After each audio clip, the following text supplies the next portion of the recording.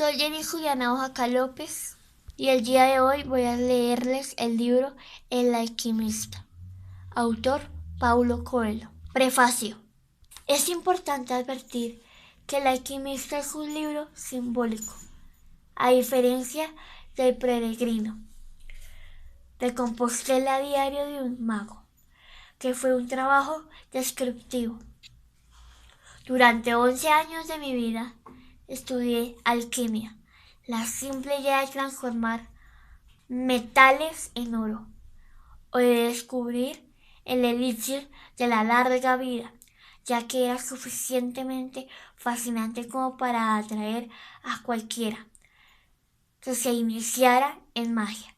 Confieso que el elixir de la larga vida me seducía más, pues antes de entender y sentir la presencia de Dios, el pensamiento de que todo se acabaría un día me desesperaba. De manera que, al enterarme de la posibilidad de conseguir un líquido capaz de prolongar muchos años mi existencia, resolví dedicarme en cuerpo y alma a su fabricación. Era una época de grandes cambios sociales, el comienzo de los años 70, y en Brasil no se encontraban aún publicaciones serias sobre alquimia. Al igual que uno de los personajes del libro, comencé a gastar el poco dinero que tenía en la compra de un libro importados y dedicaba muchas horas diarias al estudio de su complicada simbología. Intenté ponerme en contacto con 2 o 3 personas en Río de Janeiro que se dedicaban seriamente a la gran obra y rehusaron recibirme. Conocí también a muchas otras que decían alquimistas, poseían sus laboratorios y prometían enseñarme los secretos del arte a cambio de verdaderas fortunas. Hoy me doy cuenta de que en realidad no sabían nada de lo que precedía en enseñarme. A pesar de toda mi dedicación, los resultados eran absolutamente nulos. No sucedía nada de lo que los manuales de alquimia afirmaban. En su complicado lenguaje eran un sinfín de símbolos: dragones, leones, soles, lunas y mercurios.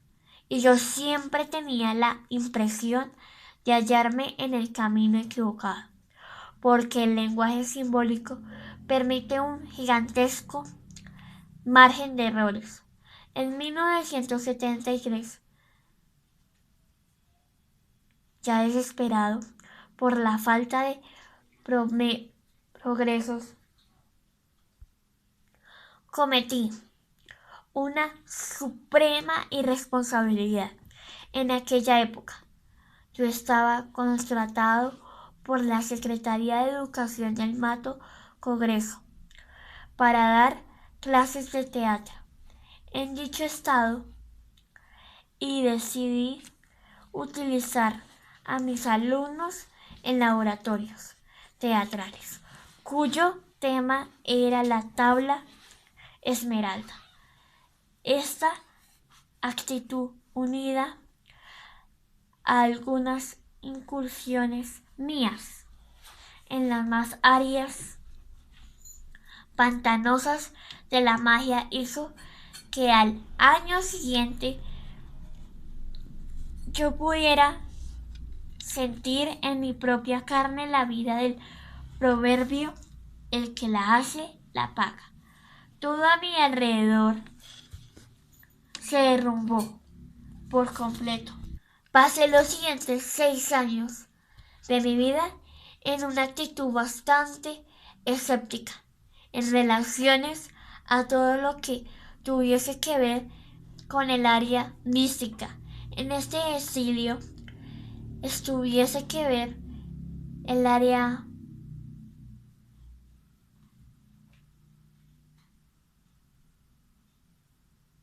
en este asilo espiritual, aprendí muchas cosas importantes que solo aceptamos una verdad cuando previamente la negamos desde el fondo del alma, que no sabemos huir de nuestro propio destino y que la mano de Dios es infinitamente generosa a pesar de su rigor. En 1981 conocí a Ram, mi maestro, que me reconduciría al camino que estaba trazando. Para mí, y mientras él me entrenaba en sus enseñanzas, volví a estudiar alquimia por cuenta propia.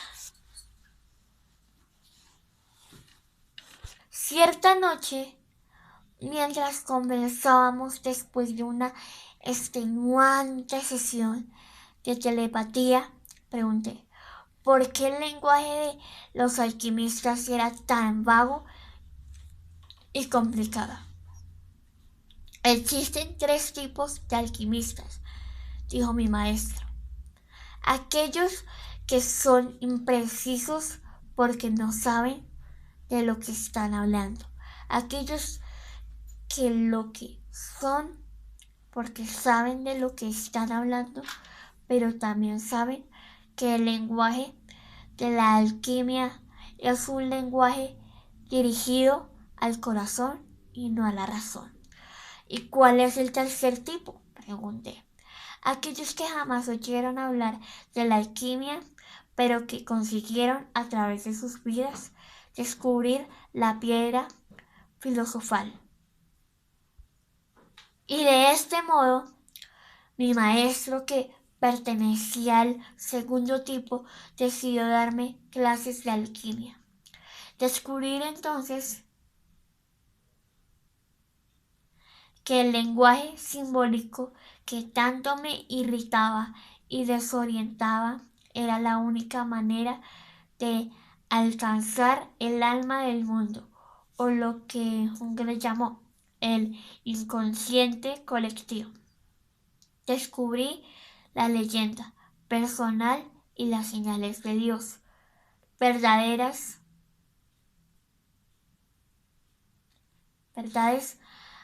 que mi resignio intelectual se negaba a aceptar a causa de su simplicidad. Descubrí que alcanzar la gran obra no es tarea de uno, poco, sino de todos los seres humanos de la faz de la tierra. Es evidente que la gran obra no siempre viene bajo la forma de un huevo o de un frasco con un líquido, pero todos nosotros podemos, sin lugar a duda, sumergirnos en el alma del mundo.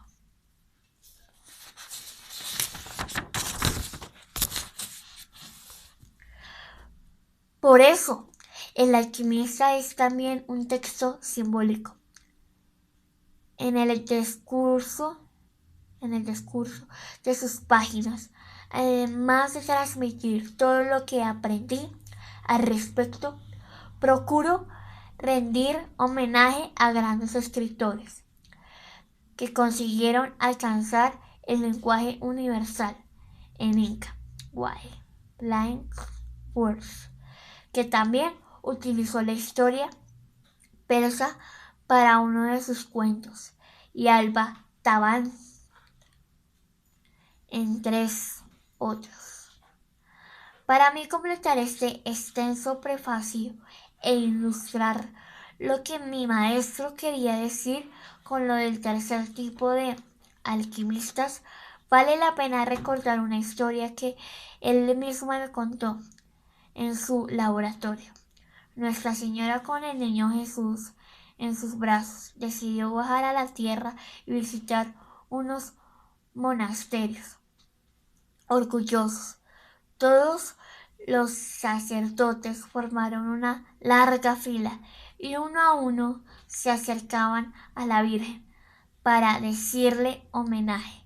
Uno declamó bellos poemas. Otro mostró las ilustraciones que habían realizado para la biblioteca. Un tercero recitó los nombres de todos los santos y sucesivamente, monje tras monje, fueron venerando a Nuestra Señora y al Niño Jesús.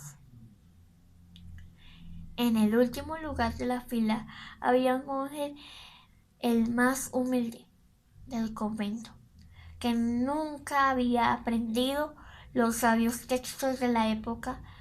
Sus padres eran personas humildes, que trabajaban en un viejo circo de los alrededores, y todo lo que le habían enseñado era lanzar bolas al aire, haciendo algunos malabarismos. Cuando llegó su turno, los otros monjes quisieron poner fin a los homenajes, pues el antiguo malabarista no tendría nada importante que decir o hacer y podía desacreditar la imagen del convento. Pero en el fondo de su corazón él también sentía una inmensa necesidad de dar algo de sí a Jesús y a la Virgen. Avergonzado, sintió sobre sí la mirada reprobatoria de sus hermanos. Sacó algunas naranjas de su bolsa y comenzó a tirarlas al aire, haciendo malabarismos, que era lo único que sabía hacer. Fue en ese instante cuando el niño Jesús sonrió y comenzó a lanzar y comenzó a aplaudir en el regazo de Nuestra Señora, y fue hacia él quien la Virgen extendió los brazos para decirle que sostuviera un poco al niño. El autor.